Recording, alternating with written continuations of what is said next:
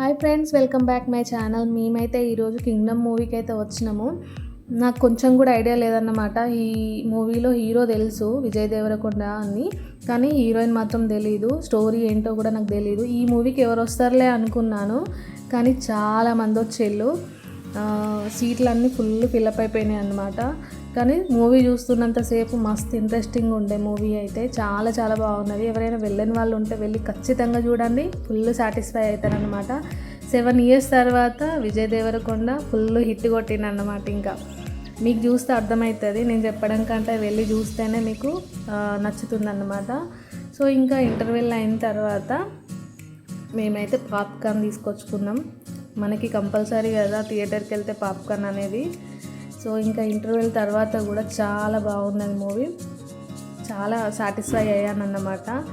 మంచిగా ట్విస్టులు ఉన్నాయి మూవీలో, ఇంట్రెస్టింగ్గా ఉంది. నెక్స్ట్ ఏమవుతుంది అసలు ఏంటి స్టోరీ అనేది మనకి ముందు ముందు చూస్తూ ఉంటే మనకు అర్థమవుతుంది అన్నమాట. చాలా బాగుంది. వెళ్ళని వాళ్ళు ఉంటే ఖచ్చితంగా వెళ్ళండి, చూడండి, ఖచ్చితంగా నచ్చుతుంది. సో మూవీ అయిపోయిన తర్వాత ఇంకా అందరం వెళ్ళిపోయాము.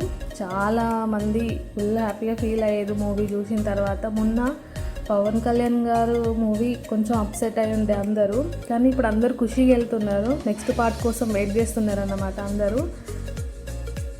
ఎందుకంటే సస్పెన్స్లో పెట్టి మూవీ అంతా అయిపోయింది, ఇంకా నెక్స్ట్ ఏంటి అనేది కొంచెం కూడా ఐడియా లేదన్నమాట.